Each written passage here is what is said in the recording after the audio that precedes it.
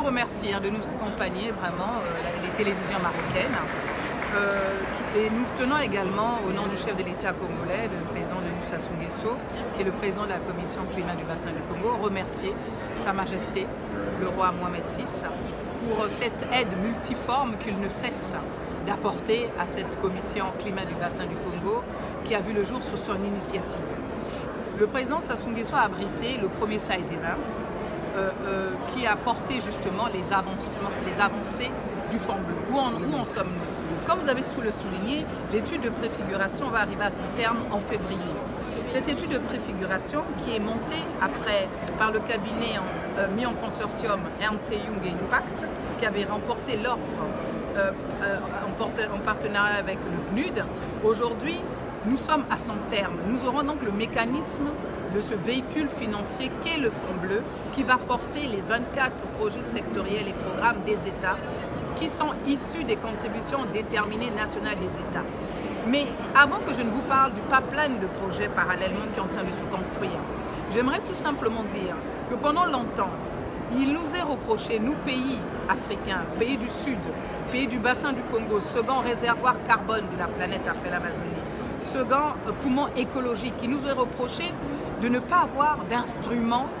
construits, de mécanismes avec une transparence de gouvernance. Au travers donc cette étude de préfiguration, tous les bailleurs, tous les partenaires à l'aide financière pourront maintenant nous accompagner aisément parce qu'ils auront là, au travers de ces mécanismes, de ce véhicule du Fonds bleu, avoir un Fonds bleu, avoir un outil de gouvernance de la commission climat du bassin du Congo. À cela, nous sommes en train de construire, de consolider avec les 16 pays qui constituent cette commission climat du bassin du Congo un pipeline de projets qui est chiffré aujourd'hui à hauteur de 6 à 7 milliards d'euros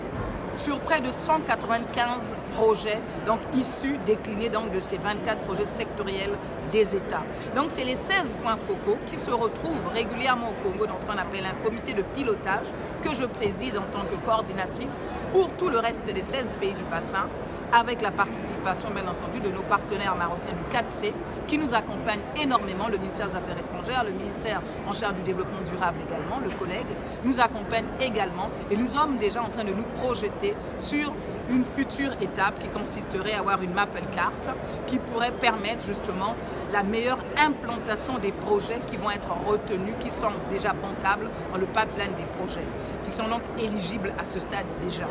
ce qui nous permet donc de les chiffrer. Nous sommes également en train de nous projeter sur une grande université qui pourrait abriter toutes les problématiques qui tournerait autour du bassin du Congo et peut-être, voire également beaucoup plus loin dans un futur proche, nous l'espérons, avoir un satellite qui pourrait couvrir un peu la cartographie des pays du bassin du Congo afin de gérer toutes ces ressources naturelles. Parce que n'oubliez pas que lorsque nous parlons d'économie bleue, comme il est à l'ordre du jour de cette COP portée par la présidence Chili et abritée par l'Espagne aujourd'hui où nous sommes, ça porte également sur les océans. Donc la thématique, la problématique du Fonds bleu tombe à point nommé, qui est complémentaire bien entendu